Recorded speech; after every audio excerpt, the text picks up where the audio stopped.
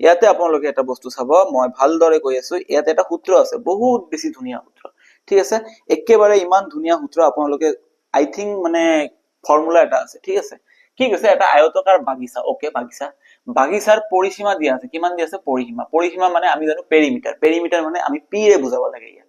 আৰু কৰ্ণ, কৰ্ণ মানে আমি বুজো ইংৰাজীত ইয়াক কোৱা হয় ডায়গোনাল, ডায়গোনালক আমি ইংৰাজীত কিহেৰে বুজাম, তেনেহলে ডি ৰে বুজাম, ঠিক আছে, ডি, তেনেহলে যথাক্ৰমে মানে পৰিসীমা কিমান দিছে, পেৰিমিটাৰ, পেৰিমিটাৰ কিমান দিছে 24 সেন্টিমিটাৰ, আৰু ডায়গোনাল কৰ্ণ, কৰ্ণ কিমান দিছে, পৰিসীমা দিছে 24, কৰ্ণ দিছে 6, ওকে, এতিয়া কথাটো হল কি সুধিছে যে বাগিচাটোৰ ক্ষেত্ৰফল কিমান, ঠিক আছে, বাগিচাটোৰ ক্ষেত্ৰফল কিমান হ'ব, ঠিক আছে,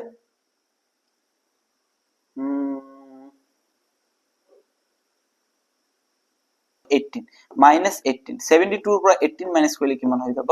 54, একক কি বুলি কৈছে ইয়াতে সেন্টিমিটাৰ, তেনেহলে ইয়াতে একক ক্ষেত্ৰফল কৈছে সেন্টিমিটাৰ স্কয়াৰ, ইয়াতে চাবচোন 54 সেন্টিমিটাৰ স্কয়াৰ কোনটো আছে,